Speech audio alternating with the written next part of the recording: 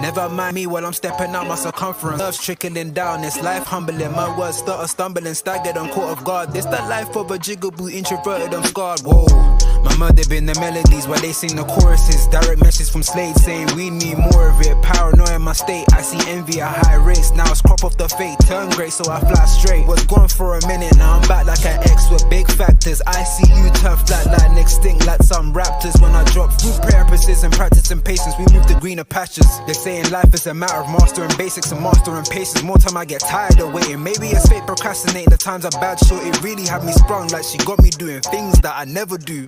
You thought that we connected when in fact it was trauma bonding. Just leave it up to me to break the rules, never corresponding. My childhood filled with fence climbs and knee scrapes and bikes and kicking it by the street signs. The older I get, I'm trying to lessen any screen time. The bounce back heavy, I rock steady on climb. This world's a fucking loop, the news will pick and choose whatever truth they wanna give to you. I cannot stomach it, so I poop. Oops. When life turns sweeter, the lemon mouths get louder. But I'm amplified with ghosts from God like that boy Fowler. Working like I got that point to prove. But truth be told, the proof is right in the pudding, no point to lose. 60 for the crepes, yeah, I did that just because. She expecting more, girl, you know I'm saving up. Left me on red, well, it was what it was. Never stress over them joints or in downs when times get rough, so I ghost. Long are the days when we was close, and when I see you, it's like two completely different type of goats. I approach the weekly fire dropping, which I'm feeding. Still, I don't expect to be the one. Your boy having fun. Still, the songs get spun like Beyblades and teacups. My fun fair to those that ever really know me from jump. So what's up, I've been the one they all depended on like TJ. Now they're dead wilder than a furry knockout punch, leaving them straight stunned. It's hella fun.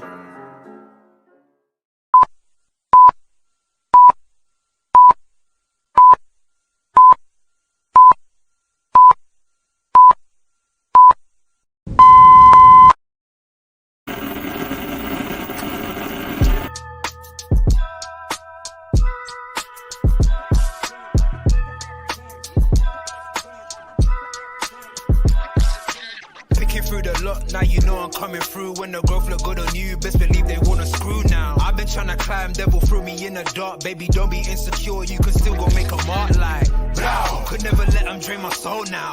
Blow. Table turning like doorknobs, wow. Blow. I think I'm about to set sail. I'm a walking, living legend, walking with my chest out. Life keeps dealing me cards, I keep fitting in love. Yes, people. We are back in the building. Myself and Tariq, you guys already know the vibes. You already know what time it is, guys. Please make sure you're smashing that like button. Please make sure you share and subscribe to the channel, YouTube, please, Twitter, all of that. Tariq Talks as well, guys. Make sure you head on over there. You've seen him already. We watched him during the preview. We've seen him on Ends, man. You've no doubt checked him out, of course, on his channel as well, talking rubbish about Arsenal. Tariq, chat to the people, man. Hey, big up my brother G each and every time, man. And yo, I was glad to do the preview with you, and we broke the game down how we thought it was gonna go, and the battles, the matchups, and yeah, man. Now it's time to review it for both sides. You know what I mean? Because even though I'm an Arsenal fan, wearing red right now, of course, but I'm interested in talking about Liverpool in this game too. So big up to yourself, G. And yeah, man, let's get into it. No, of course, man. Big up everybody who's, of course, in the damn chat. Big up Reverend Knight in the damn building. Yes, it is going to be a big month for the Reds.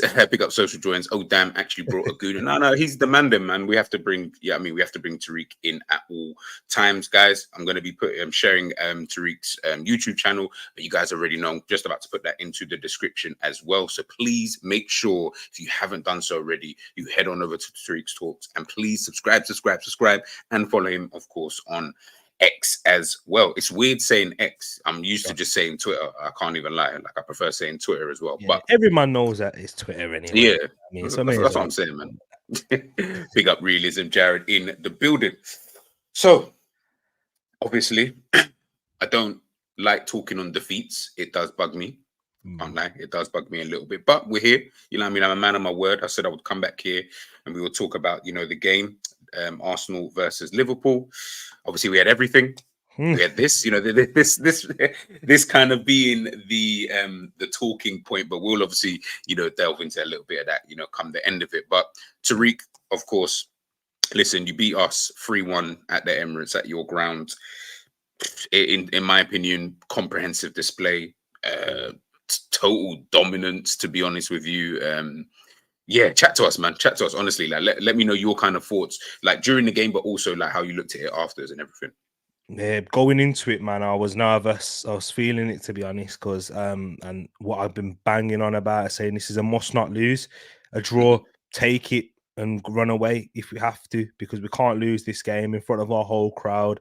Lose the points, but the Arsenal, they they felt that pressure and they took it on. And we've seen growth from them from what we saw from last season in these types of big pressure games against the top sides, against Manchester City. I know that was the team we faced last season. We couldn't prove it in the end, and we had fatal errors and fatal moments cost us. But in this game, we made errors, and that could have been fatal, but or error, shall I say? But yeah, we managed to bounce back from it and remain focused and do it, man. And I think you're right, bro. Like, it was dominance, apart from 10 minutes, I'd say, in the start of that second half, where Liverpool looked like, okay, now this game could go left after that mistake. But Arsenal, it went to according to game plan, man, and we played well. Our defensive structure as a whole, and I've been banging on about it for ages, that we are very good out of possession. We are hard to Yeah, break down. When we looked at the game at Anfield and yeah. limiting you guys to little chances, I know you had the one with the goal, of course, and then the one in the breakaway. But apart from that, there was not much to go for Liverpool in that game. And all the statistics came out of the back of that is that Liverpool were having the least shots they've had under Klopp at Anfield in that game. And you kind of saw what the similarities in this game here, and we've done the same to Manchester City. So Liverpool fans, I know it's like, and it can be doom and gloom at times, but we've done the same to the champions, the treble winners themselves, Hmm. limiting them to one shot on target in that game also. So Hmm. I was very impressed with that. Liverpool tried to target Ben White Yeah, in the very yeah, early moments, everything down there, but he dealt with his duels well. Um, the tactics that we'll get into, of course, Liverpool's tactical shape and Arsenal's one as well. But I think it really worked for Arsenal. Of course, Liverpool had an off day. Uh, it was your seventh game in the month of yeah. January, and it definitely looked like that. To be honest with you, and yeah, so we had a bit of fortune there in terms of facing you at that time off the back of an intense Chelsea game and missing key players. Of course, both teams were missing key players, but with the amount of games that you've played, it was definitely in the tank as well. So there are reasons for that, but yeah, man, I thought Arsenal, yeah, we were good. Should have we had a few more chances that we should have taken as well, but yeah, man, 100%. we of course we needed a little bit of luck as well to grab the win, and again in these big games you need it, bro. You need it. So yeah, delighted. No, for real. And big up Jinkazama, Tariq, one of the few sensible Arsenal fans. Hey, Shame respect the you. rest of that fan base is tapped. Yes, I agree. Some of them are very, very tapped. And that's why we always have to, and big up Ends as well for, of course, introducing us, Big ends. putting us in touch with each other as well. Because we need more sensible people. Do you know what I mean? It's not everyday rant and rave. Big up social joins. The warning signs were there from Anfield and the FA Cup game. Pool ain't got enough passing football around, not builders at the back. That's why they got pressed at times. Yeah, listen, look, I think everything Tariq said, and it's funny because prior to the game, but when we did our prediction, we both actually predicted 2-2. So to then see, of course, that, Arsenal, I'll be real and I'll be honest, I did not see Arsenal winning at all. I thought at least Liverpool, they'll get a draw, or at most, should I say, they'll get a draw. I thought Liverpool, it's going to be a Liverpool win or a draw. But listen, you have to give fair play, to Arsenal, and tactically, the way that they set up, the way that they kind of implemented. We can, listen, Liverpool did have a lot of games. I mean, everyone's kind of had quite a few games, if I'm being honest, in the month of January with the FA Cup kind of fixtures. Of course, we had then the Carabao Cup kind of squeezed in there as well. So games were starting to pile up, and we have, of course, picked up a few injuries, some players starting to come back. We all know about the Szoboszlai news that, of course, the supposed Szoboszlai news that's come out today that he's going to be injured for 7-8 games. So, yeah, things are starting to pick up, but that's, in my opinion, it's no excuse for the game in itself, if I'm being totally honest. I think the way that Arsenal it just seemed like you could say it was a little bit of tiredness from Liverpool, and I get that, but the intensity, man, like even when we're not at our best, which is a few times this season, we still have that intensity there, and that quality usually sees us through. unfortunately, it's like I said on a stream yesterday, that can only, I say it only take you so far. It's only one game, so it's difficult to really judge it. But there were moments this season where I've always said, like, I don't really feel the performance, but individual quality is going to get us out of it. And the team that we're usually playing, they're not that good, or they haven't got the quality that Arsenal possess in the Sakas, the Martinellis, the Declan Rices, the Martin Erdegaards, Salibas, and all these kind of players. So sometimes I'm like, yeah, we will get away with it because we have more quality than them. Not to say that we don't necessarily have more quality than Arsenal, but Arsenal are a quality team, and maybe in some areas might be a little bit better. So when you come up against a team like that who are on it, and when you're not at your best, bro, they'll cut you to the sword. And that's exactly what Arsenal did. And to be honest, they thoroughly deserved the 3 points. I'm not gonna go too far and do the whole what some people are doing, which is, oh yeah, look at the next game. Oh yeah, this is a problem. Liverpool, guys, look, listen, you guys know me as it is. You already know I'm probably the most pessimistic person when it comes to Liverpool. But we do have to remember it is only one game.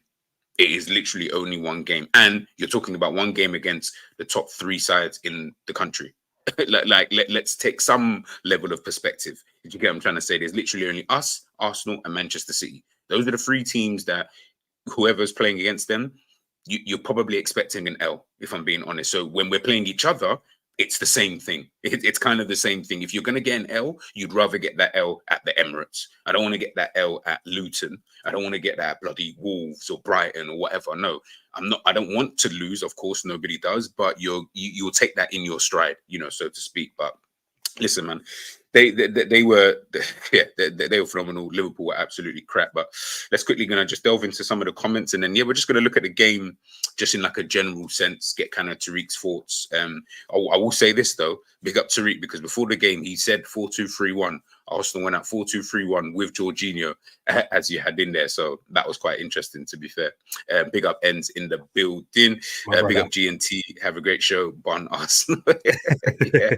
Every time, my bro. Every time. Arsenal fans are like, big up Revenant Factory. Agree with you. You can't get away with that against top teams. No, you cannot. And remember, Arsenal are also a team.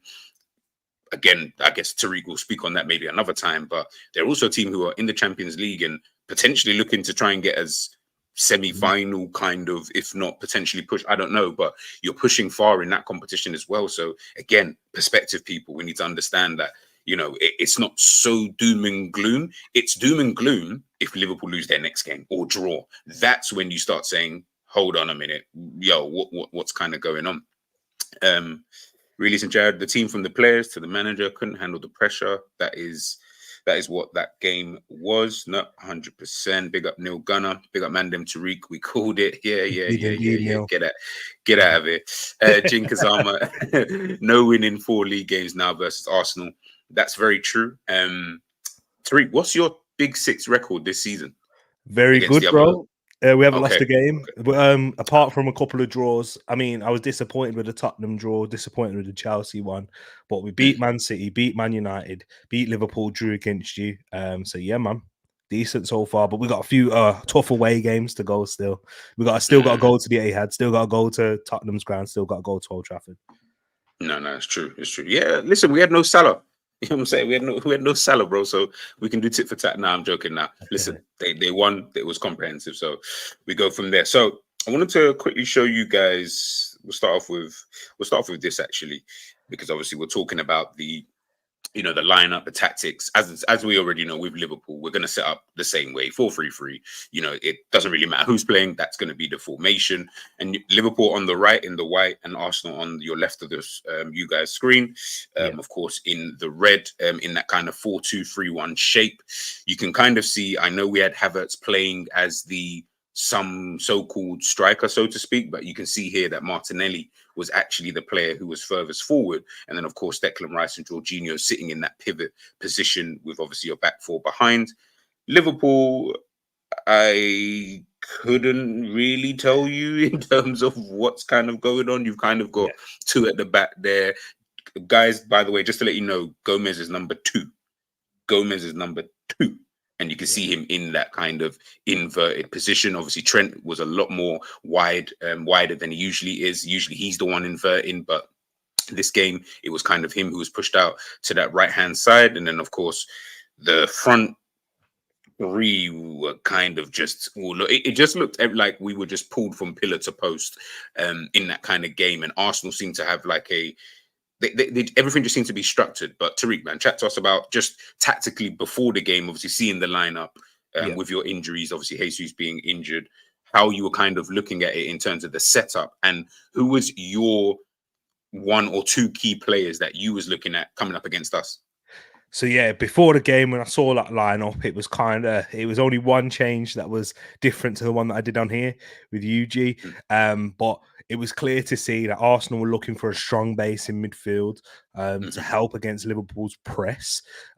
We looked to try, as you can see with the average positions there, we didn't really have Zinchenko inverting too much. We played him a bit more like a natural left back to keep him wide, hold the width of the pitch, and Jorginho was the one tasked to be alongside Declan Rice to help progress the ball through midfield for us, because we knew how Liverpool, I think it was Arteta was very smart in this, in knowing what Jurgen Klopp was going to do, in really trying to push your players out to the right to try and exploit the spaces that Zinchenko leaves when he does invert. And we know he's not the best in terms of recovery in those positions, and that can drag Gabriel out wide. But we really tried to keep our two centre-backs as central as possible in this game. So that was interesting. And as you spoke about earlier with Martinelli, we both literally tried to attack each other on that same side of the pitch. Your right side was the weakest defensively, the weakest area of your team. I mean, I'm not saying it's weak at all, but it's the weakest in your back line and part of the pitch. And our left side was as well. So it was very interesting to see how both managers really went for that, and keeping Martinelli up high, and we know what he can do in exploiting that space and behind. And we saw it very early into the game with Arsenal's big opportunity where David Raya collects the ball from a Trent cross and then throws it out early to that space that Trent does leave when he goes forward into Martinelli. And that was extreme pace from Martinelli there. Coming up against Konate, who's no slouch. And Konate couldn't get back. And Konate's no slouch at all. I mean, I've seen Konate lock up Martinelli in Anfield. But that gave me confidence from there. And you know, when you're a defender in those situations and you know he's beating you for pace, I thought, okay, it's going to be interesting to see how Konate reacts from this. And maybe with a few of those challenges, you could kind of see it kind of got to him a bit. Maybe, and that's totally fine. It happens. He's still a young defender. And when you get beaten like that, I've seen the same with Saliba. When Saliba gets manhandled by a striker in early moments in the game, it's a bit, okay, you're aware of this now. And it's all the mind games and the psychological factors. So yeah, Martinelli really started on the front foot there. And it was interesting to see with that average lineup. It was very structured. It was very clear. The pattern and the plan was to see basically a 4-2-4 attack with four and then have your midfield base trying to give it to those four players in front, and those guys, Saka, Ødegaard and Havertz, really connecting to try and get it out to the left. From Liverpool, I thought this was clever. I mean, the idea was clever, but it didn't obviously come in fruition. Everyone thought that if Trent plays, you're going to invert from the right, but no, without Mohamed Salah, you needed someone with creativity out on that right who you could trust, and he tried to keep him as wide as possible so that he can still exploit the spaces in behind Zinchenko, and because he's got the passes. And we saw it with one moment where Gabriel made a big tackle, an interception from a cross that he tried to find Cody Gakpo in there. And that was a bit, okay, that's where you could kind of see the game plan from Jurgen Klopp. But what I thought Liverpool in terms of in build-up, and I thought you kind of struggled against us at Anfield in this as well, is with Arsenal's press and in the FA Cup game, Liverpool, when you do take Trent out of that centre, the build-up is nowhere near as fluid, and it's heavily reliant upon Van Dijk. And as you can see right there, if he's not going long, Arsenal triggered the press. I think Match of the Day did some good analysis on this. Or was it Jamie Carragher, actually? Jamie Carragher spoke on Monday night. Jamie Carragher, And he said Arsenal, when they set traps, they went from a 4-4-2 to a man-to-man press in these moments. Whenever the ball went backwards, like it went here to Van Dijk or anywhere around here, that's when we press. Look at our Erdegaard really closing him down here. Van Dijk, what's he going to try and do there? Trying to make that switch. So look, Rice is looking back now, because if that goal switches in behind, Arsenal then needs to get into their 4-4-2. So there was too much reliance for me on Van Dijk to try and progress you up the pitch. Yeah, 100%. And that's one of Liverpool's problems. And you had little moments where McAllister could get onto it and he found Gomez. And I thought, and I think Gary Neville said during the game, this is what Liverpool need to do a bit more. And Jorginho, look at him snapping in, getting in there, whilst Joe Gomez, and that was the trigger as well, guys. It's looking at Joe Gomez in that position. He's not as comfortable as a Trent in there. And Trent, 100%. when he can play first-time passes, whack it into the channel. And you guys did miss his Salah, did miss a Nunes to have that direct outlet too, with that real raw speed and physicality in behind. But yeah, man, I thought Arsenal executed that excellently, whilst Liverpool had issues in trying to really play out of the back. But yeah, man, I thought, yeah, brilliant from us. No, listen, man, it's what I will say about some of the Liverpool fans, not all, the ones who are kind of gracious in defeat kind of thing, and big up some of the content creators, big up Ends, Jerry, and the rest of them, because they were kind of speaking on it in terms of analyzing the game, and I was like listening.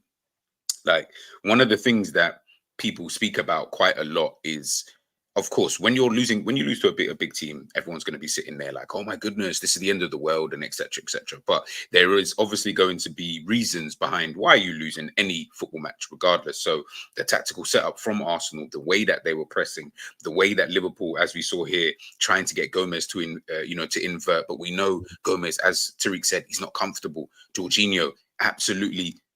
I thought he was really, really good, in the game. You can see Jorginho, dictating play, him moving out to that left-hand side, creating problems, because you guys can see on your screen, McAllister, where does he go now? Because he's already trying to fill in that centre midfield spot. Yeah. He's obviously got Curtis Jones there next to him. It's so disorganized, if I'm being honest, in that kind of middle of the park. And then when you've got players who are moving around and moving into certain positions, Havertz dropping off the front, the centre backs of Konate and Van Dijk.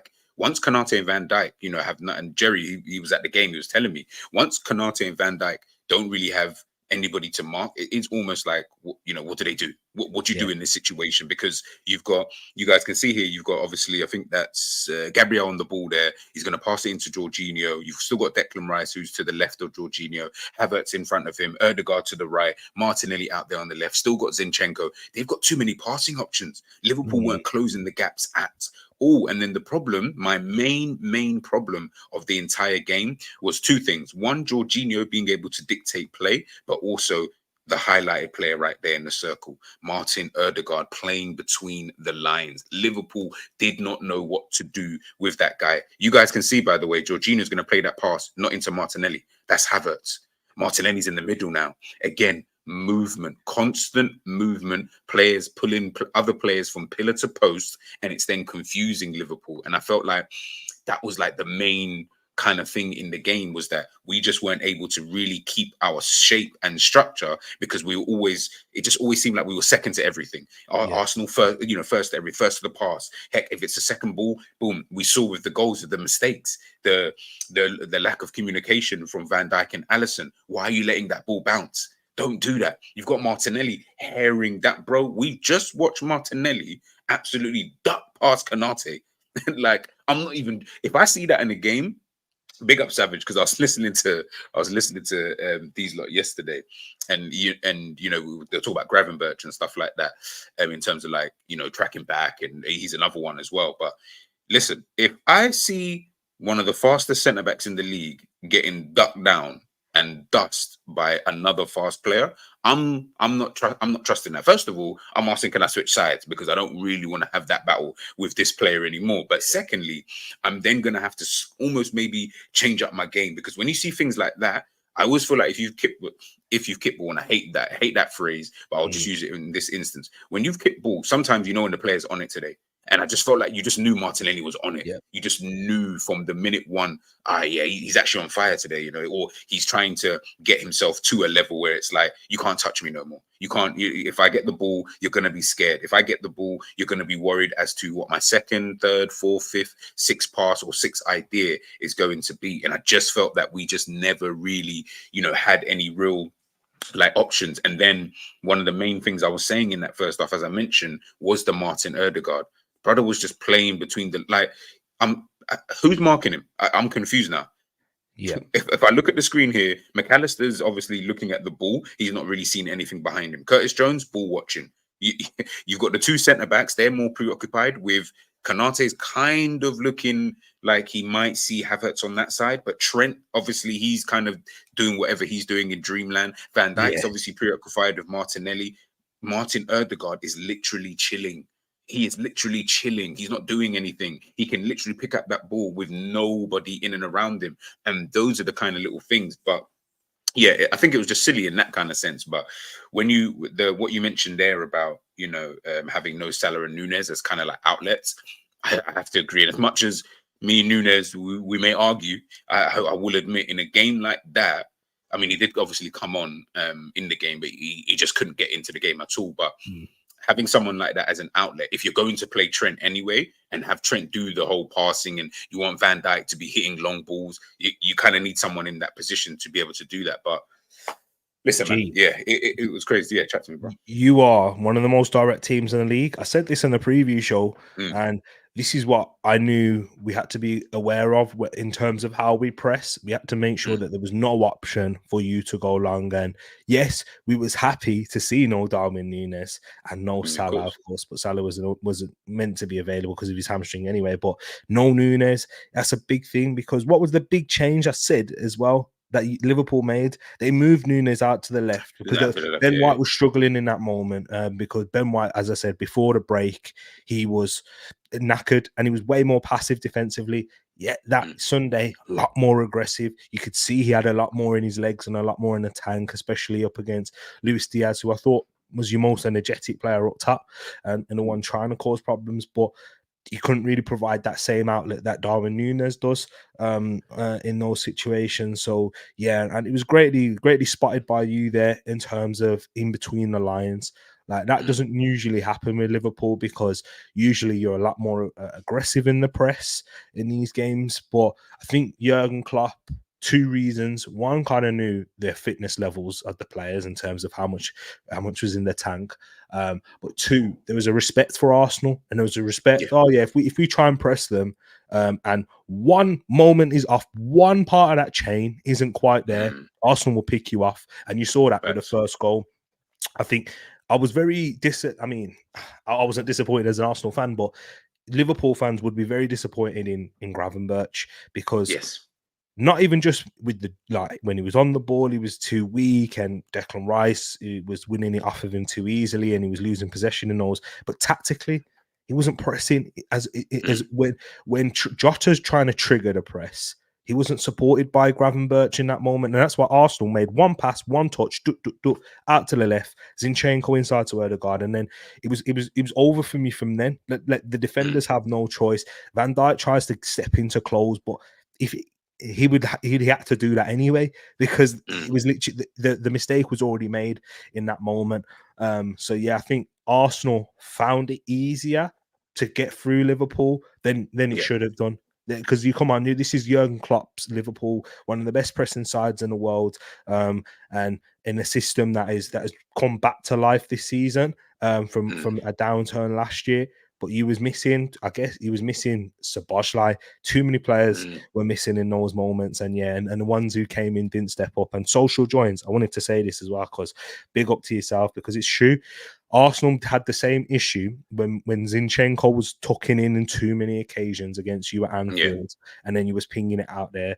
That's what happened here with Konate. He was getting dragged too far wide, and Arsenal were able to get the fast support in those areas this time. Havertz was doing good in that.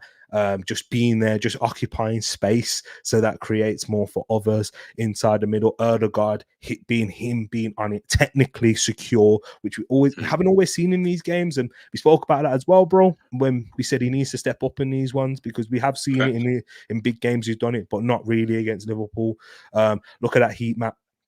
Not just occupying that right half space that he likes to do, drifting out left there too. You're seeing a real like variety and rotation over there, and we have a bit more rotation in these types of games because there is more space to exploit than we do against, you know, a low block team. So it was good to see that there, man. And and that was it. Because have a look, Saka really didn't really do much in the game. Should have scored with that header and then scored his goal, but we didn't really create much on that down that right hand side. We didn't really look to do that because it was all down the left. Because look at Trent here, he's up against Zinchenko there.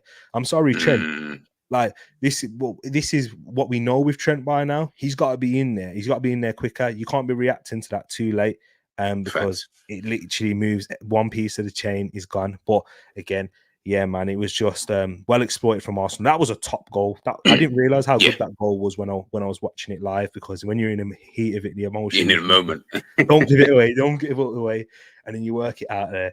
And yeah, man, it was quality. No, it's true. And one of the things that we saw, and even when we do take a look at that goal, let me see if I can get up. Yeah, when we do take a look at that goal, obviously that was obviously the Saka goal. Look at the space in between the two centre backs. This is something that I've spoken about quite a lot this season, is that Liverpool do, when we do get dragged from pillar to post in just games in a general sense, because we only have those two centre backs who are usually the last line of the defence, and everyone else is kind of pushed up or inverted or doing whatever, you leave such a massive gap when one has to go out. And obviously you can see there, because as Tariq just said, Trent's obviously trying to come out to Zinchenko. Konate's worried about Martinelli on that side. Now Havertz, again, and we're going to speak on Havertz in a second. Havertz is already peeled off the back of McAllister. He's already making that run. So really and truly, I can't see in terms of the angle of Zinchenko, obviously, whether he could have played that pass into Havertz, but he doesn't need to anyway, because easily enough, all he's got to do into Erdegaard, he's got free run there. And again, we constantly do that this season, where we leave such big gaps because we've got players who are obviously being dragged from pillar to post, because we've got the two centre backs who are the last line of the defence, and then it ends up being a kind of situation where you're kind of in a catch-22. If I'm being totally honest with you. Bring that back up. Look where Gravenberch is though. And big up K-Mac, he says gravity type of signing that will let us down this season. Look, realism just said it there as well. Yeah, look, okay, guys, look, big up Michael Talks, by the way, guys. AFCON, you guys need to go check out his content, man. It's been brilliant since the AFCON has begun. But look, it is funny. It is funny, and you're right. Realism, where is like. I'm not going to get on to the whole Gravenberch thing. I've heard everyone obviously speak about it. If you haven't watched, I think Enz did a stream and he was talking about that yesterday. So go and check that out with Savage and Cav. But the Gravenberch thing, it's just weird because I feel that it's almost like Manchester United signing Pogba. You've got the right player, wrong team though. Right player, and he can work in a different type of team, just not in your team. And I feel like that is kind of the case with Gravenberch, but it's too early to really judge him. Yeah. But at the same time, from what we've seen in the small sample size that we've obviously got, I'm looking at him and I am thinking to myself, yeah, there are times when you do look a little bit, like, okay, who are you marking? Like, genuinely, like, where are you and what are you doing? Why are you just not here to help out the team? I just never really understood it. Like, even in this kind of situation here, where obviously he's just between, I think that's Jorginho and Martinelli on that side. Again, I almost feel like you're almost in that no man's land, because the reality of the situation is, unless you trust Gomez implicitly, where you think, yeah, he's going to be able to get that ball, turn and hit me with a pass, or he's going to play it out wide, I don't think he's going to be able to do that. So Van Dijk's options are either passing it to Gomez, passing it to whoever that is next to him, it looks like Trent, or Thiago, or playing that ball obviously out wide. Again, I'm sitting there thinking, bro, you need to start taking up better positions. But I think most people were just angry with him in terms of the lack of desire that he supposedly showed in the game. And I just say, he like Özil. Would you get, if Liverpool fans in the chat right now, would you take Özil in his prime in this Liverpool team? Knowing how sick he was in his prime, would you take him in this Liverpool team? You probably say no, and not because of his ability, not Yeah. because he was one of the best players out there when he was Real Madrid, Germany, and the first few seasons at Arsenal. He was absolutely phenomenal. One of the best players I'd seen in the Premier League. We were talking about him being on par with like Dennis Bergkamp and stuff like that at the time, because he was getting so many assists. He was so good on the ball. He could find position. It was almost like that Erdegaard situation, but he's got that, would we say, somewhat lazy demeanor, like like Berbatov, those kind of guys where everything's kind of just lackadaisical and whatever, but they're fantastic players. So maybe Gravenberch might just fall into that bracket. I don't know. That was the issue at Bayern Munich, though. That was the issue that Nagelsmann felt with him. He was just defensively off the ball. He just doesn't quite have that understanding. And listen, like, I'm going to cut him a little bit of slack because it's his first season and he's still very young, yeah. And I know it's like an easy cop out to say at this point, but remember, like, not everyone's going to settle in like Szoboszlai and be very quick and McAllister to adapt to these situations. Sometimes it's going to take a little bit longer. And I know he's had some not so great games, but he's had some good performances there too. We know the positives he can give you on the ball in driving through the middle. You can add a little goal threat in there too with his late runs into the box. Realism, the only reason I think we wouldn't go for Gravenberch, again, is off the ball. That's so important for Arteta in terms of what you can do off the ball. And if he does bring him in, he probably does what he does with Smith Rowe. Like, Smith Rowe barely gets a game, not one because he's always injured, but two because Arteta doesn't trust him out of possession. But yeah, man, like, in those games, he needs to be demanding it in those areas, like we saw with that picture brought up, and two, being more diligent in the press and realizing when to go. That's having that intelligence. You can gain that through experience, but sometimes you also just have it, and you just have that gene in you. It's hard to teach, because it's all about, you know, reading the game, understanding where your pressing triggers are and those things. And I think Arsenal definitely exploited that. And yeah, man, it's just one of them ones with Gravenberch. And I look at, because there was too much of a reliance on Jones down that left too. And there was a slight tactical tweak that Klopp did make. He kind of matched us in terms of dropping Jones a bit deeper to support McAllister. We only really saw that for the first 10 minutes, because after that, what happened? He made the substitutions. And that's what I wanted to ask you here, G. Do you think those were the right timings for that substitutions from Klopp, given that was your best period in the match? I don't know if we mentioned this in the preview when we spoke about Klopp substitutions and stuff like that. And I said, of course, everyone keeps talking about Klopp this season, his substitutions, and the in-game stuff and all of that kind of stuff. And there have been some games I could probably count on one hand where I've said, okay, yeah, maybe that game there, yeah, he's done this and done that. The other games, I'll be honest, I've not really. And in this game, it's the same thing. These substitutions that he's making, to me, they're starting to just feel, or they have felt for a long time, that they're pre-planned substitutions. So they're not subs that are in-game management subs. They're just subs because, all right, Trent, you can only play 55 minutes of the game, mate. All right, because you only and that, like, you took Trent off, and I was sitting there thinking, okay, so where do you expect the creativity to come from then? So what do you now expect to kind of happen moving forward? Because you're taking off one of our, if not our most creative player, who's obviously currently still on the pitch, and you're not even saying, okay, I'm replacing him for a like-for-like version, i.e. I've got Szoboszlai on the bench, he can come on, do that same job, and then we're going to bring on Darwin Núñez to then obviously stretch the game, and we're going to do all of these. You're not doing that. You're bringing on other profile type of players. It would have made more sense to bring on Núñez and keep Trent Alexander on the pitch for another 10, 15 minutes. Of course, I don't. Yeah. A direct option, bro. So at least then it pushes Arsenal back a little bit, because Arsenal then going to have to kind of reevaluate what they're going to do next. And then what that also helps us is now Havertz has to keep dropping a little bit deeper. And if he keeps dropping a little bit deeper, then Liverpool can keep pushing up, and now Liverpool don't have to worry. And then the game's a totally different game. And then you can then start bringing on your Thiagos and whoever else it is you want to kind of bring on to maybe change things up if we're not really getting through, not a problem. But you took him off after whatever it was, 55. And I was like, that has to be he's told in pre-game, you're only going to play 55 minutes. And even then, I might even make it sooner, potentially even half time, depending on what your fitness levels was. Of course, Trent wasn't really up to it. You can tell he was kind of leggy. He just didn't really seem like he was really all his 100% fit. And I get it. You don't really want to get them injured. So I understand from that degree. But some of the subs that he makes this season, I can't lie, I just think they're just pre-game subs. And that's just what it is. We saw the game against Crystal Palace that Liverpool had. Everyone's like, oh, he was amazing because he brought Harvey in. Bro, it's not because it was a tactical thing. Harvey Elliott came on and scored. It wasn't a tactical thing.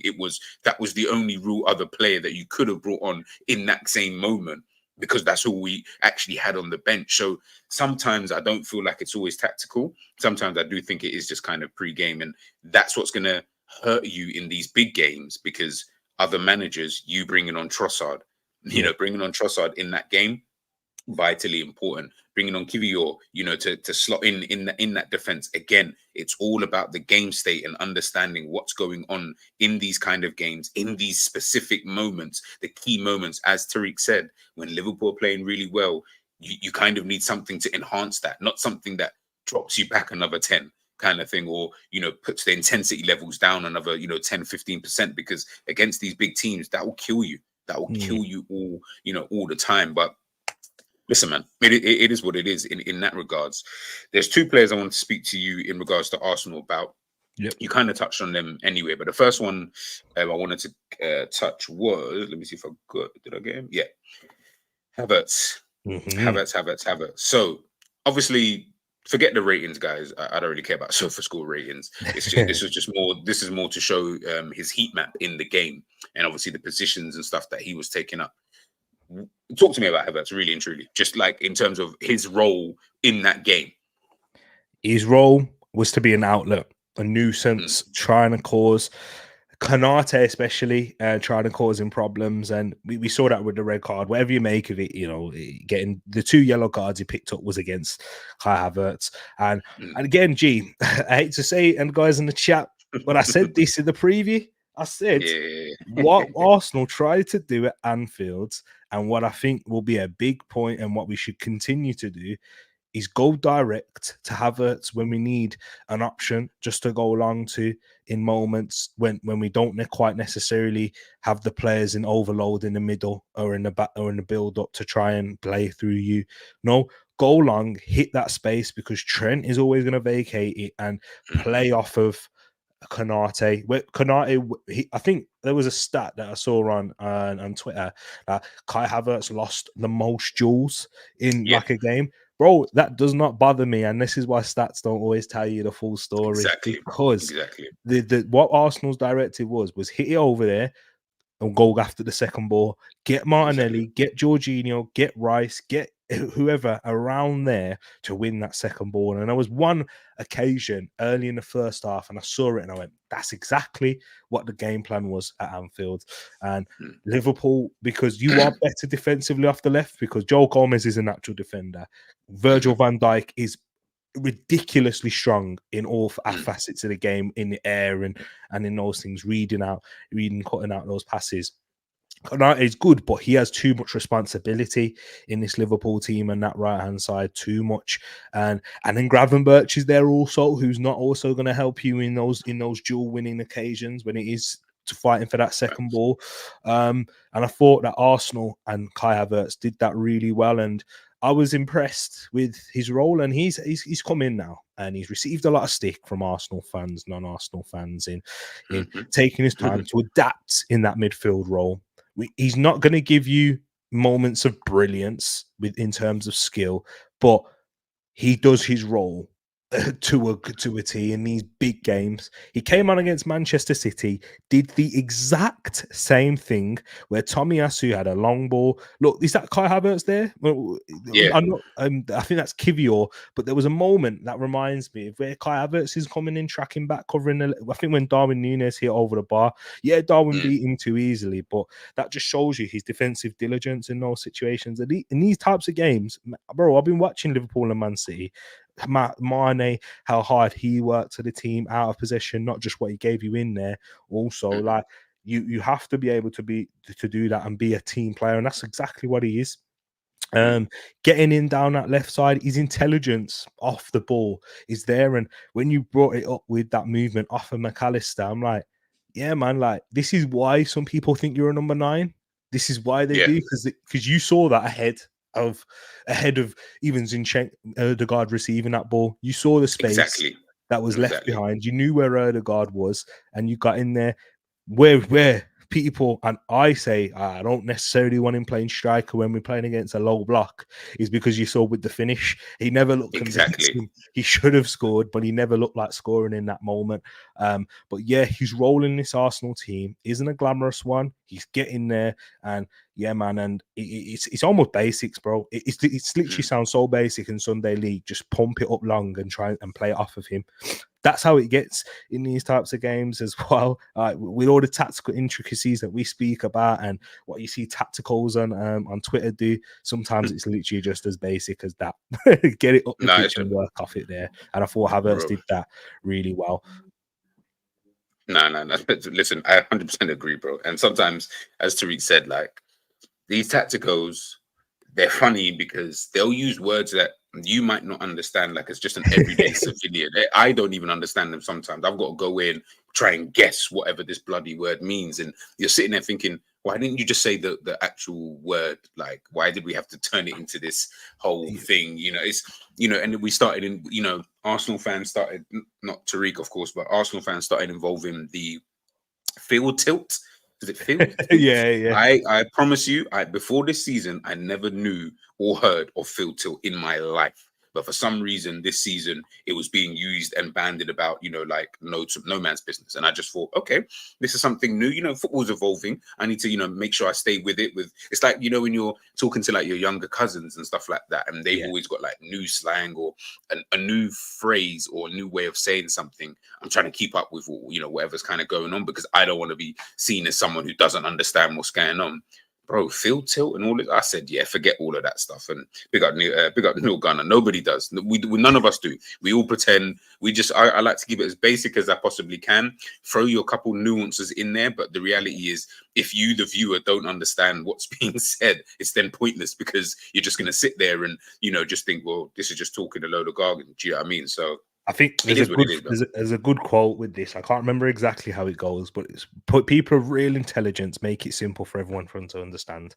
If you are really intelligent, you put it across so a child can understand.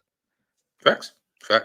Big up social joins. We have American NFL owners. Arteta does a lot of work with crunky NFL teams. That's where it came from. I think he's answering another statement that was put in there. But yeah, listen, look, I think with Arsenal especially, and guys, we're going to wrap up in about 10-15 anyway. So if you've got any questions, make sure you put them into the chat. Yeah. I think just looking at that game, you know, I'll go to one more player actually that I wanted to speak to you about, because I felt like, of course, we've spoken quite a lot on him anyway, and he needed to have a big game, was obviously Erdegaard.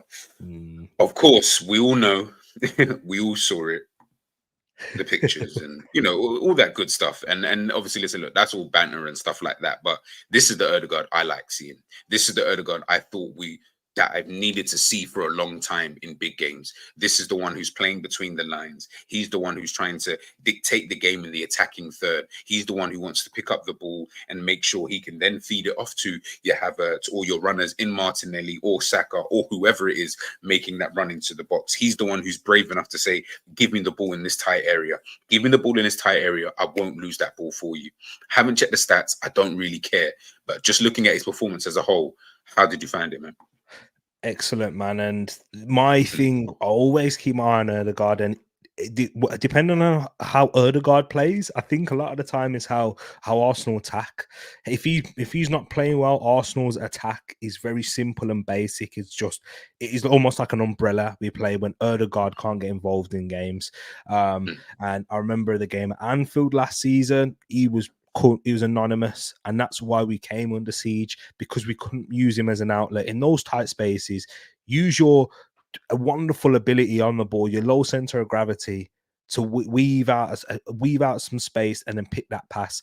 He managed to do that and found the space in there against Liverpool, and that is what we needed him to do. And there was a few moments where he was coming up against in Jules, where McAllister was there, or Curtis Jones, and he was keeping the ball.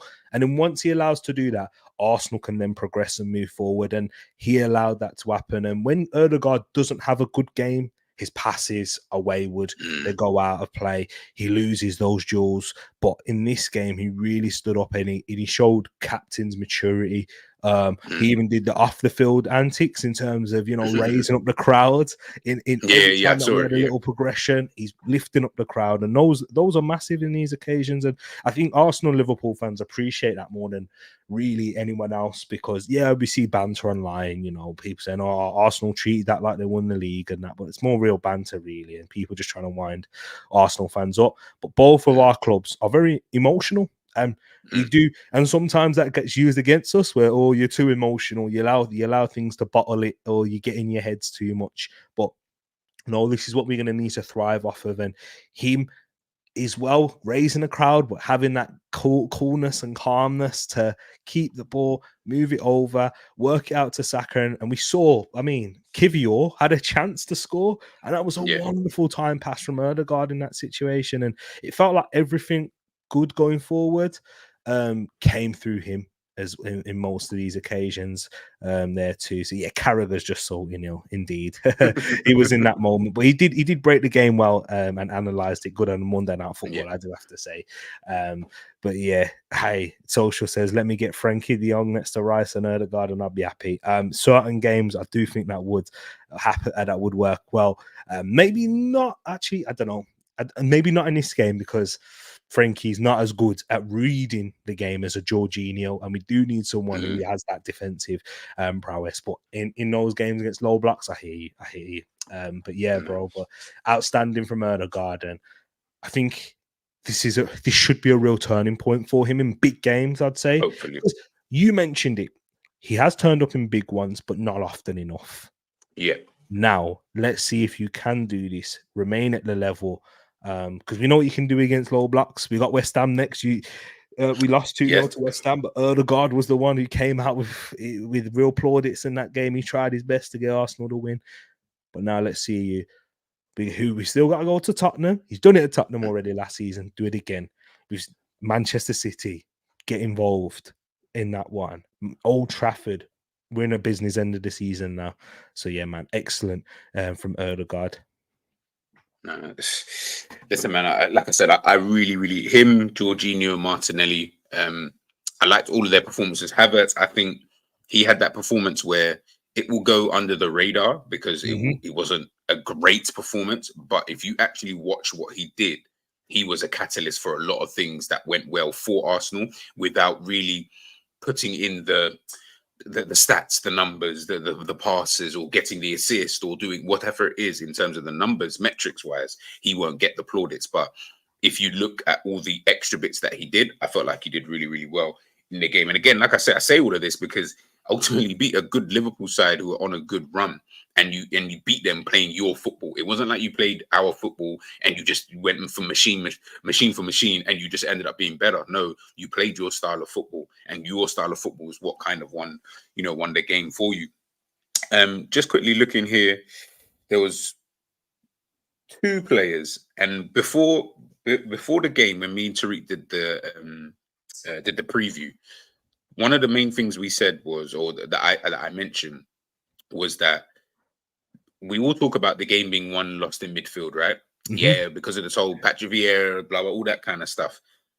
I don't feel like the game was won or lost in midfield, really, if you think about it, because the reality is Martinelli had a fantastic game down the flanks. You had Trent and Gomez on each flank having poor games by their own standards.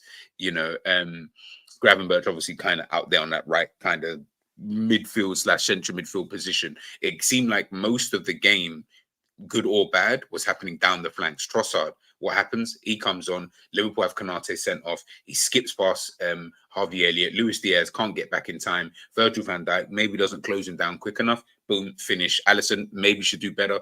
Doesn't really matter.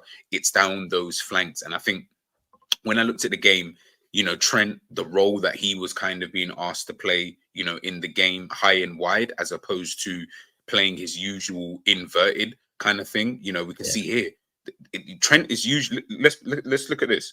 This is Trent's heat map, right? This is Gomez's heat map. Wow. Trent's heat map, Gomez's heat map. So again, the roles that Jurgen Klopp was asking of both of these two players, it's almost like it's like he tried to outsmart Arteta in thinking, let me do, because obviously Bradley's been playing that high, wide, and right position. So maybe he thinks, okay, you know what? They think Trent's going to invert. So if Trent doesn't invert, but Gomez does the invert, and usually it would be the other way around, where Gomez would stay a bit more wider and then Trent would invert. Maybe if we swap it over, it's going to confuse them, because then they won't have potentially Zinchenko in those positions. They'd have to figure out, where does Declan Rice go? Where does Jorginho go when Trent does invert? And then you still got the runners on the outside. It starts, in his eyes, is what I'm assuming, it starts then causing some level of confusion. But it just confused Liverpool more than anything, because Trent just ended up being, and I take it back to the average heat maps. This just looks like mess. Pure and utter mess. But yet Arsenal, I can clearly see 4-2-3-1. Forget who the players are, but I can clearly see a structure. Liverpool, this isn't a structure. I'm sorry. This isn't a cohesive structure to go into such a massive game. This just looks like players are everywhere. They're trying to figure things out. You got, I think that's Gakpo, number 18 there. Gakpo is another player who was just in, I mean, what type of a heat map is this? I mean, I don't even know what this is. I actually don't even know, what this is. Like, are you playing kind of defensive midfield? Are you playing right midfield? Are you playing up front? Are you like, what are you doing? And this was the problem in the game for me, was that the instructions, whatever they were given to the lads, it just didn't compute. And Arsenal just seemed like, I was listening to Declan Rice after the game, and he's talking about training all week. You train at the Emirates Stadium. Prior to that, everything was focused to this game. And guys, we do the banter thing, we laugh, and we've got Jamie Carragher's and the Gary Nevilles, and they want to make jokes and stuff like that. But you got to understand, Arsenal's such a young team in terms of the Sakas, the Martinellis, Erdegaard's obviously getting on a little bit, but they're at kind of like young ages, and they've all kind of, it's almost like you and the man them coming together throughout all of these years, and now you guys have like started hitting the heights that you thought, this guy's a business owner, this guy, he works with, I don't know, with a tech engineer company, this guy's a software, but you guys were just the guys who were in school, used to muck around, whatever, boom, boom, boom, and now you've all grown into this fantastic team who are now challenging for Premier League titles. Of course, when they come up against a title rival like Liverpool, they're gonna celebrate, guys. That's why I didn't really care, but I was like, let them enjoy, man. Like, these are just the young bulls just doing their thing, and it's a big win at the end of the day, because it's gonna be, either way, it's a big scout. It's a big scout for us to beat Arsenal, and it's a big scout for them to beat us. So we'd be gassed if we beat Manchester City. We'd be talking about it till today. And we played Manchester City back in bloody October, whenever it was. We'd still be talking about it today. Oh, yeah, we beat the champions. But that's what you're going to do. That is just what you're going to do. So, yeah, people, are like this policing stuff. Let's leave that for for the Manchester Uniteds and stuff like that. Let them do that, man. That's these bummy clubs and stuff like that, man. Just quickly before I get into the questions, I'll just quickly show the Premier League table. This is looking real interesting after Manchester City's game. Real interesting. I don't know, man. Let's see if I can get it. Boom. That's the one. Okay. All we care about is the top three anyway. So we'll leave that there. How tight it is now. Liverpool, 51 points. Manchester City and Arsenal, 49. Guys in the chat, I think I put a poll out at the beginning of the show. Who's winning the league? Who do you think's winning the league? Who do you think's winning the league? Liverpool got Burnley next. Man City have got Everton next. Arsenal have got West Ham. I don't want to jump on like any preview that you're doing in terms of what you might get into, but just quickly, I know just looking at that game. Yeah. First of all, do you think you'll win or lose that game? And secondly, will that result, do you think, have a bearing too much on what's going to happen for the remainder of the season? I don't know who plays first, by the way, Liverpool or Arsenal. We play last out of the three. So Man City play first, 12:30. You play 3:00, I believe, and then we play on Sunday at 2:00. But so you need that victory. It's huge. Yeah, it's huge. Whatever happens, I believe you and Man City will win with those fixtures. But let's say you were to drop points, no matter what happens, Arsenal, it's a must win. We actually had this fixture. We had these same fixtures when we of this season and last year, where we played Liverpool, then West Ham, and that's kind of where our season unravelled. This is an opportunity to say this is where our season could start. Let's say, because sorry, my voice feels like it's going a moment. So hold on. Yeah, no, that's all good, bro. All good, bro. Sorry, I should be back now. But yeah, it feels like this one is it must win. Even more important to win this game than it was to beat Liverpool, because there's no point being Liverpool and then dropping points to West Ham in this moment. Look at the amount of green that Man City have got with a full squad fit. Haaland still getting there, still getting rusty there. Yesterday, Kevin De Bruyne looked rusty, still got a ridiculous assist, and he wasn't playing great himself. And then Phil Foden stepping up to the mantle, taking on that Gundogan like total responsibility in being their third option, scoring goals, creating, doing what's needed to be done.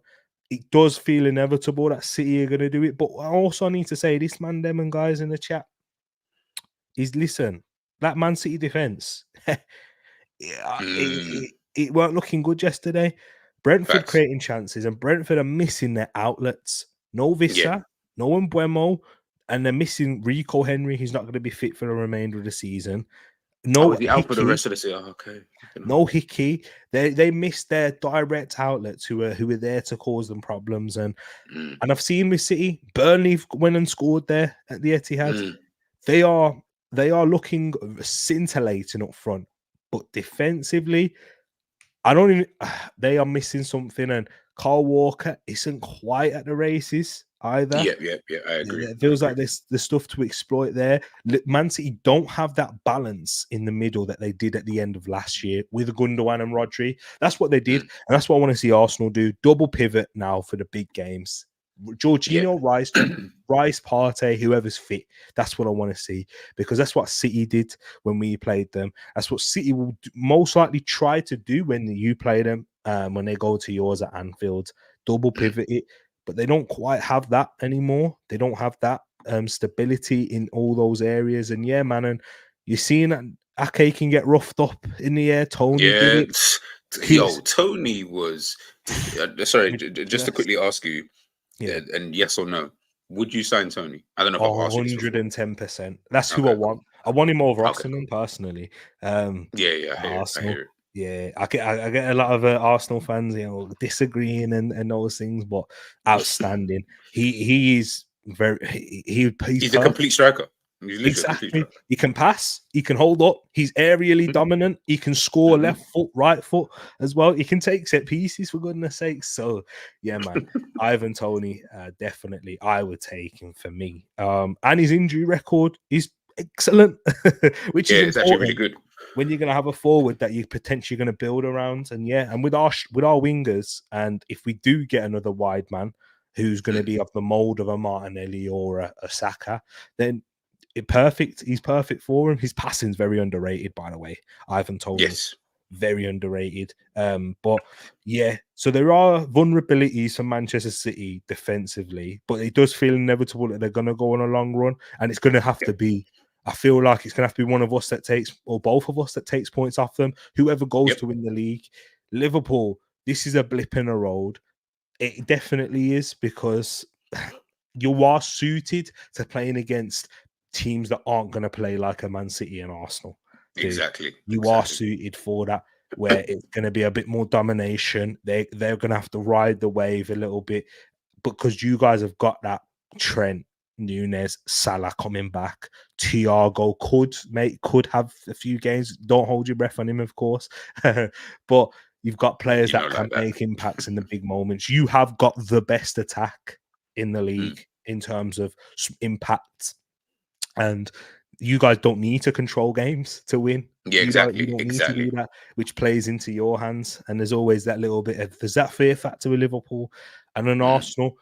We know how good we are out of possession. The only issue that we have is we can't always put the ball in the back of the net when needed.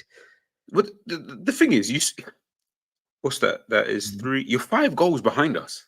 Yep. You're only 5 goals behind us. So, and remember, we've got 5 players, 5 attackers who are like all forwards, and then obviously you can say maybe like the midfield.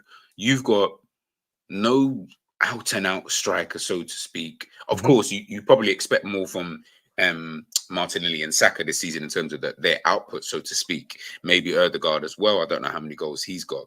But when I'm looking at that, I'm not looking at that thinking, yeah, they're I mean, you've conceded the same amount of goals, obviously beating us 3-0. That put our goals against, up straight away. So now we're both level. But it's the goals scored. I'm looking at thinking, well, I mean, it's not like they're a million miles away, from us. I mean, 7 behind Manchester City, but that's Manchester City at the end of the day. We're both behind them anyway, because that's going to be Manchester City. They'll probably end up scoring, the most goals. But I just think that looking at everything, this weekend will be important for both of you because you have tougher games than we do. Of course, we've got Burnley at home. I don't know are you playing home or away? Away. Okay, so yeah, that's going to be a tricky game. And then I don't know if City are playing at home. I feel like they're playing away at Mercy. No, maybe not actually, because I don't think both teams will play on the same day. So maybe they're at home. But either way, that's still a tricky game, home or away against Everton. Yeah. That's just a weird type of team to play. Sean Dyche, either he's going to turn into prime Pep Guardiola or he's going to be like Big Sam. So there's no real in between, with him. Yeah. 2 points behind. I know City got the game in hand. If they win that game in hand, they will go ahead of us at the top of the table. But I feel like there's maybe another twist and turn that's going to be involved in this season. But what we are seeing from this season, if you look at Liverpool and maybe go as far as Aston Villa in 4th, there's only 5 points difference. So it's not like it's a crazy gap between 1st and like 4th anymore, like what it used to be. Yeah. There's only 5 points in it. That's a 2-game swing.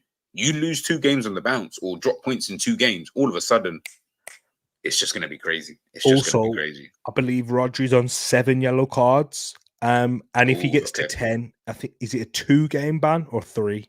If he gets to 10 yellow cards, it might be a 2 or 3-game ban. So that could play another part. But that kind of tells you, though, how City have been more open. Yeah. And transition. Yeah. Man City don't get yellow cards like that. They're usually able to make the fouls early before the referees recognise. And Rodri's also had, I think if he gets another red card, it's a 3 or 4 game suspension, like what Basuma had as well. Okay. And we know how important Rodri is, guys. We know how important they are. A lot more reliant on their key players than Liverpool. They're a bit like us, similarly. Yeah. If you take Declan Rice, if you take Saliba out of our team, boy, we're not near it. We're nowhere near it. Correct. Liverpool have more depth. You've missed Salah for ages. You've gone without Trent. You know what I mean? You've got more. So that's why you guys still can have that belief when you have. I think Sunday was a game too far for you guys to miss so many players, but I doubt you're going to miss too many like that again for the remainder of the season. Exactly. If Nunes ain't there, Salah most likely will. If Salah's not there, Nunes will be. So yeah, it's very much still to play for. So Liverpool fans, hold your nerve. You've still got to play Manchester City. It's still in your hands. Don't worry if Man City, people saying they'll go above us. No, it's in your hands. If you win the remainder of your games, you win the Premier League. And Man City aren't. I don't think they are that force. And famous last words, because I was going to say famous last words before they go win the Premier League again. But they aren't that force that they were end of last year, or when every time you experience them. I don't think they are. I might be wrong though. We'll see. No, bro. Listen, so Liverpool's at home. Yeah, as you said, 3 o'clock. Man City at home. I was hoping they'd be away just to make it a tad bit more difficult. Yeah. And obviously, you guys are away. Yeah, listen, look, it's a 3-horse race in my opinion. I mean, I'm not gonna be disrespectful and count out Villa because, like I said, it's only a 2-game swing, and all of a sudden, Villa are battling. But I think if we're talking serious contenders, I think we know Liverpool, Manchester City, Arsenal. Those are the 3 for the rest of the season. And I don't see them dropping too many points. I mean, I know you guys have got tough games kind of coming up, but I think this is where you make your money. This is really where you start to make your money as a footballer at a top club like Arsenal. You beat Liverpool, that's great, cool. Not trying to diminish that. You have to beat West Ham. Like, you actually have to beat them because, as you said, it's just done. Otherwise, then you'll just be like, well, what was the point? And then we could have just beaten West Ham and lost to Liverpool, and we'd still be in the same position that we were currently in, kind of thing. So I think it's so important for you to, get that victory, especially as you mentioned, coming after us. You're the last game of the week in terms of the 3 teams. So you don't want to. I always find that it might be a bit more pressure when it's like you're the last team to play and you've just watched the other 2 win. We had it with City. Yeah. It was jarring watching City win a game, or we would win a game, City would win a game, or they'd be playing first, they'd win the game 6-1, and we're like, what's the point of even playing the match now? Because they've already won like 6-1. So it's just about being able to keep that momentum going and keep everybody's heads up and understanding exactly, what's kind of going on. But we'll wait and see, man. We'll wait and see in regards to that. But guys, going to go through some questions and then we are going to head out. There's a couple questions that were posted in here. Big up Social Joins. He's asking me, are you guys moving Trent to midfield for the next manager? I haven't got a clue. I think the next manager is going to have a big kind of job on his hands in regards to what does he do with Trent. Because if he does say move him to midfield, does he trust Bradley enough? Or is he going to have to just go out and sign another right back, put Gomez there? I don't know in that regards. But Trent is so unique.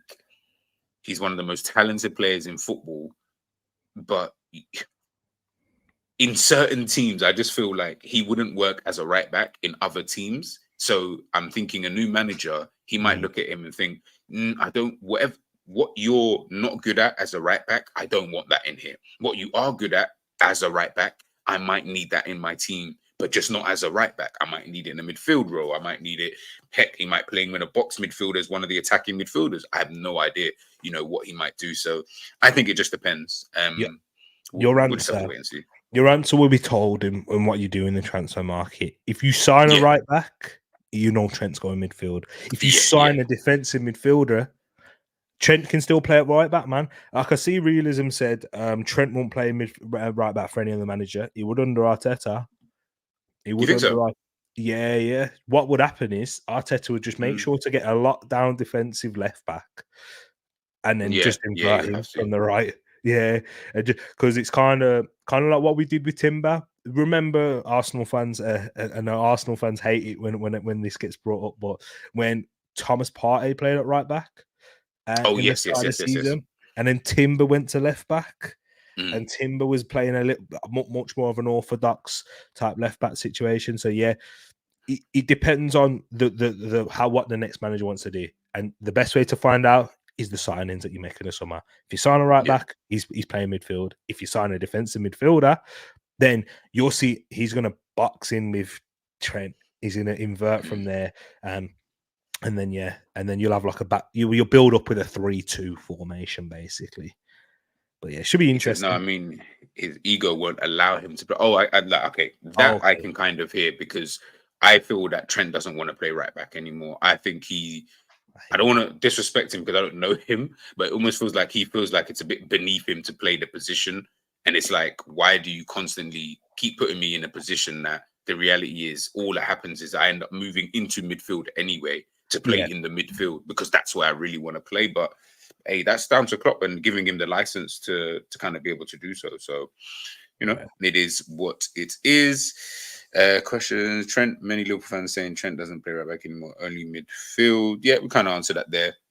And like I said, it's just the inverted kind of thing in regards to Trent. So for the remainder of the season, cool. But we got to remember, guys, a new manager is going to be coming in 100%. So the reality is that manager might have different thoughts about Trent. For all I know, the manager might go out and sign hypothetical. He might go out there and say, all right, I'm going to go sign Kimmich as my defensive midfielder. Guess what, Trent? You ain't getting into that position. All right, Yeah. I'm also going to go sign a right back because I want him to be the kind of right back that I want. I want a Ben White type of right back who not the greatest going forward, but is just solid as a right back. He might want that. And Trent, guess what's going to happen? You're going to have to battle for one of those two positions. Imagine having Trent on the bench and having to tell him, like I said, and this is why I think the contract situation, because Van Dijk, Trent, I think they both end in 2025.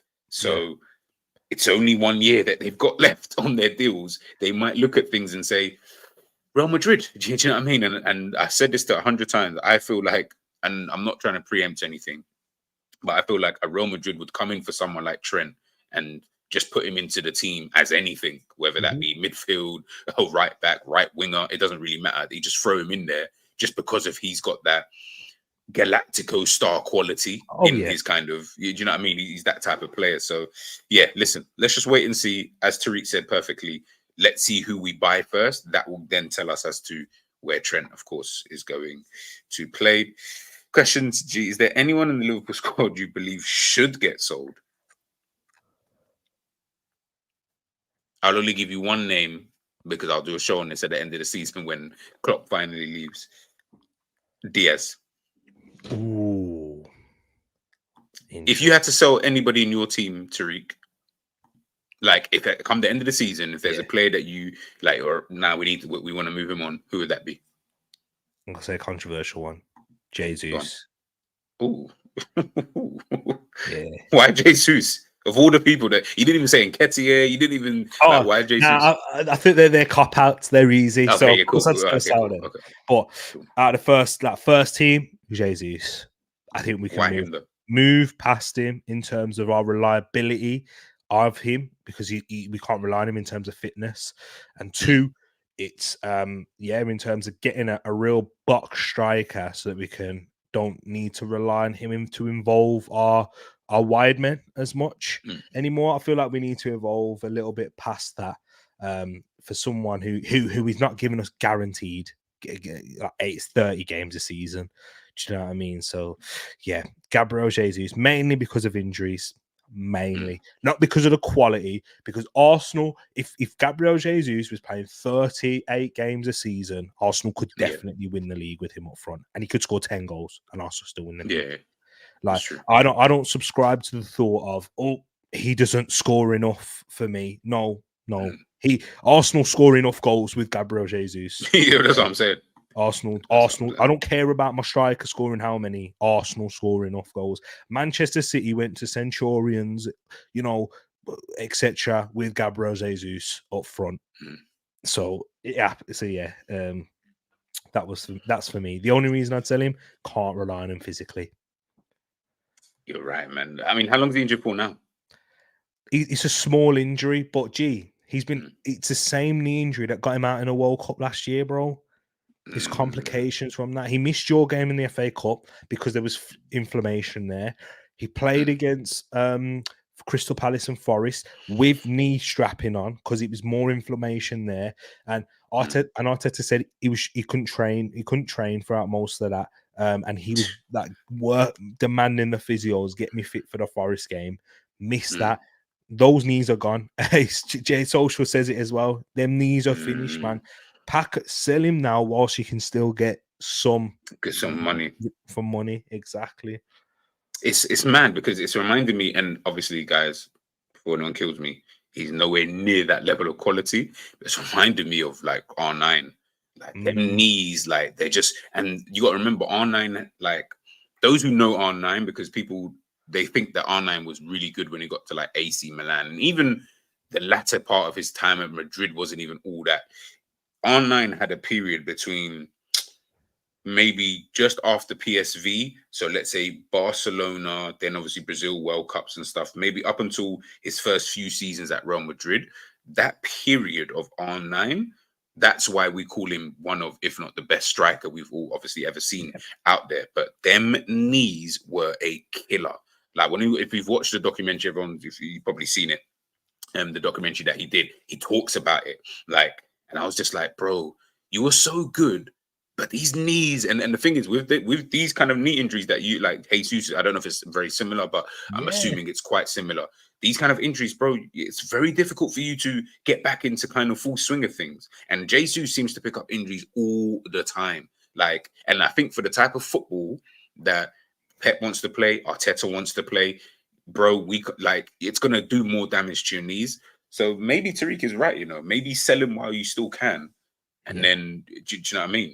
Gagandeep's asking you here, how about selling Partey and bringing in someone like Bruno Guimaraes or a Douglas Luiz? Absolutely, Gagandeep, yeah, for sure. I think that kind of goes without saying as well, because we can't rely on him physically. I actually like Arsenal been linked to him heavily. Zubimendi, who's a bit more in the I like him. Gino role. Yeah, I know Gino's these man. Yeah, geez, have you got a scouting video on him yet? Yeah. I did one last season. Yeah, I did one last season. There He's you go. top. He's solid. Exactly. He's solid. A bit more like that. He gives you the similar progression to a Partey. He's basically Jorginho with a bit more athleticism. Yeah, literally. He's the same type of player. He's obviously Jorginho's got more experience, obviously under his belt playing the football game. But this brother, his passing range is like, yeah, if you can get him in your team, Jesus Christ, man, I think that's where you start. That's where you'll end up starting to move from a team where you've got like the base. Obviously, in that game, you had Declan Rice and thing. You'd have Declan, if you played in the double pivot, you'd have him and someone like Declan Rice. Rice would be the one to do the doggy work, if you want to call it that. Yeah. You're giving him the ball to basically do what Liverpool did with Xabi Alonso all those years ago. Pick up passes for me. Just keep picking up passes all day long. Let's get the ball moving forward. And trust me, he can pick up passes like for days, man. He's a top player. Top player. Yeah, top man. So yeah, that's for me.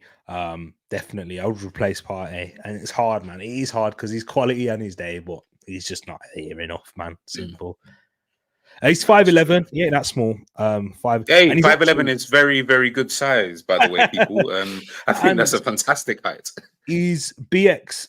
It's hard to really compare with in terms of athleticism in La Liga because it's not very athletic at all. But he's one of the most athletic players in La Liga. Wins a lot of aerial duels as well. So that's another good thing. Exactly. Yeah, man. And you know how important that is in the Premier League. And aerial duels are aerial duels wherever you are. Like if you're winning a lot of them in one place, you're likely to be winning them. This ain't like basketball where it's like, if you're just the tallest player in the college team, you're more than likely going to be one of the tallest. Like, what's his name, man? What's the tall guy? It's Spurs. Victor Wembanyama. Yeah, that's it. It's like he was just the tallest person. So it's like those kind of skills were always going to be transferable for him because he ended up being so freakishly tall. He's even taller than the guys in the NBA, like most of them anyway.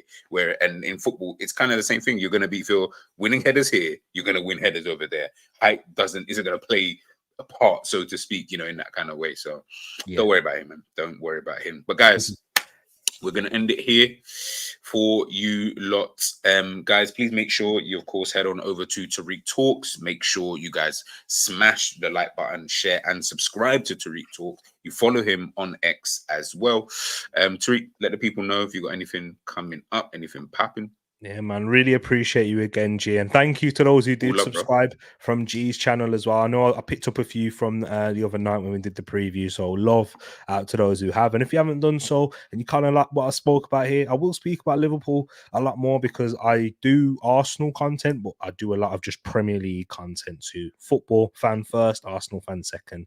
And a big up to yourself, BX, though, as well. Long time, my bro. But everyone I see in the chat, it was great chatting with you. Tariq Talks on YouTube and on X or Twitter. So yeah, man, hopefully we get G on there very soon. And yeah, man, I always love chatting to my brother G. Like he keeps it real, humble, and real football knowledge. So if you guys, I'm saying it for him, if you guys haven't subscribed yet, and if you're watching, do me a favor, subscribe, please, because G's bringing out this top content. He's got plenty more to come. I know he'll definitely be doing, when the summer comes, more scouting videos and players. And I'm sure when the summer, if it's not announced by then, the managerial shouts, plenty more content on here. So G, go subscribe to our brother right here. He's giving you good content for free. Bro, listen, I'm out here paying for YouTube Premium just for you guys out here. Can you imagine StreamYard and that? But now, big up and much love for that. But listen, man, there's a lot of things coming out. Obviously, I spoke with Tariq privately about a couple bits and bobs, so we'll get into the semantics of that, at another time. But there's so much football. There's so much football. There's so many things to talk about. Got the Euros this summer too. Don't forget the Euros. So I'm going to definitely be following. I might even, and I never do them, I might do some watch-alongs for England. Heck, I don't know if Tariq's doing them. I'll be on his channel. We'll be doing the watch-along. Whatever the case may be, I'll be over there or over here. So, yeah, guys, please just make sure you're hitting that subscribe button. Please make sure you are sharing the content out. And, yeah, we'll see you guys soon. I don't think I've got anything coming up anytime soon. Maybe tomorrow, but I'll let you guys know. Yeah. Keep your notification You might have bells. got a little break at the moment. You know what I mean? That's what I'm saying. That's what I'm saying, bro. We just need to relax. So we might have just a GTA session. G talks about. We'll just see what's kind of going on, and then go from there. But guys, as I said before, make sure you like, share, head on over to Tariq Talk. That's myself and Tariq, and we are out.